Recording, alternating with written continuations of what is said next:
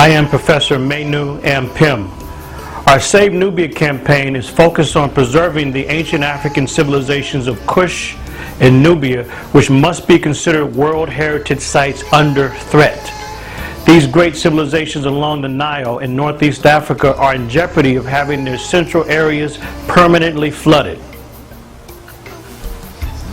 Currently, the Sudanese government is in the process of building 4 new dams in northern and central Sudan to create hydroelectricity. However, local Sudanese groups in these regions oppose these dam projects because they will destroy their homelands and way of life along the Nile. The Nubians, the Manu and the Amri are among the groups that oppose these projects. In fact, the World Commission on Dams examined over 1,000 of the 45,000 large dams around the world. And in its report, the Commission made it clear that no dam should be built unless the local affected communities agree to the project and are consulted at each stage of the construction process. And of course, none of this is taking place in the Sudan.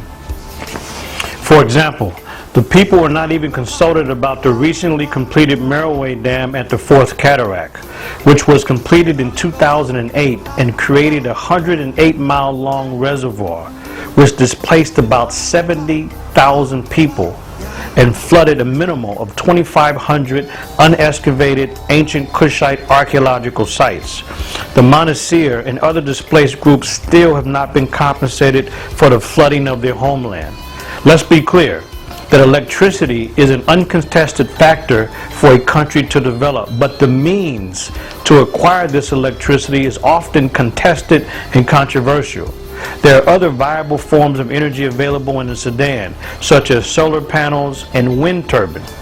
But these alternate sources of energy have not been considered because they are not as financially lucrative for those involved. The Save Nubia campaign is in support of the local people in their efforts to save their homeland. The 4 proposed dams in the Sudan will each have a devastating impact on this archaeological region. The 2nd through the 5th cataracts represent a central corridor of the ancient Kush and Nubia regions. Despite Sudanese sites of El Kuru, Nuri, Gebel Barkel, Dongola, Bagrawia, and Meroe, which yield 223 pyramids in Sudan, there is still much more in this vast archaeological region that is not known because of the lack of excavation work and field research. For example, during the construction of the Merowe Dam, there was a shocking discovery of 700 brand new, previously unknown archaeological sites that were found in just 1 year, which all are now flooded. Our Save Nubia campaign has several goals. 1, to raise funds to conduct ongoing field research to thoroughly document the historical significance of this region. 2, press forward with our campaign until this rich archaeological region is considered by UNESCO as a World Heritage Site under threat. 3, assist the local Sudanese people in the 2nd and 3rd cataract areas to build 2 to 3 museums to help highlight and preserve their heritage and historical contributions to the world. Join our campaign. Assist us in making a difference in preserving ancient African history and culture.